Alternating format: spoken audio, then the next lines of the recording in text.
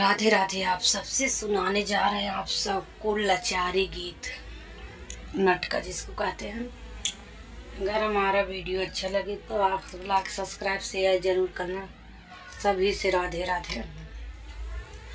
सबही से प्रीति लगैबू तबही सुख ससुरे, तबही सुख ससुरे में पैबू। सबही से प्रीति लगैबू तब सुख सबसे, तबही सुख ससुरे के पैबू।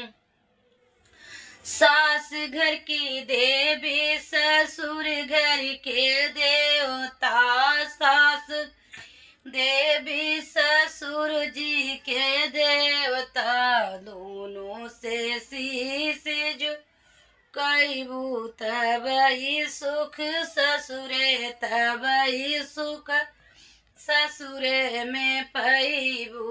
दोनों से शीश झुकाइबू तबही सुख ससुरे, तबही सुख ससुरे के पैबू। सबही से प्रीति लगैबू तबही सुख ससुरे के पैबू। सबही से प्रीति लगैबू तबही सुख ससुरे, तबही सुख ससुरे के पैबू।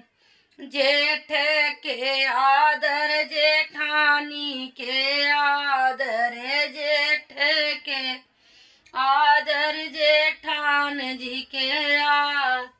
दोनों से प्रेम बनैबू तबही सुख ससुरे, तब सुख ससुरे के पैबू। दोनों से प्रेम बनैबू तबही सुख ससुरे, तबही सुख ससुरे के पैबू।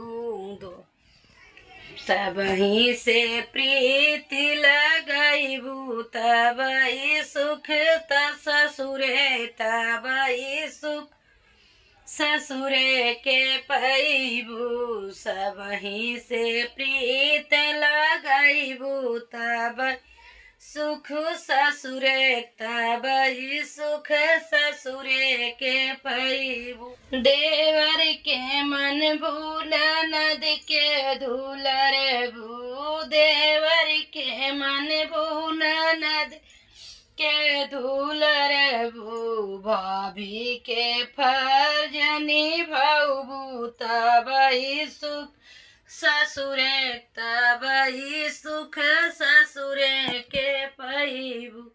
भौजी के फर्ज निभाईबू तबही सुख ससुरे, तबही सुख ससुरे के पैबू। सबही से प्रीति लगैबू तबही सुख ससुरे, तबही सुख ससुरे के पैबू। सबही से प्रीति लगैबू तबही सुख ससुरे, तबही सुख ससुरे के पैबू।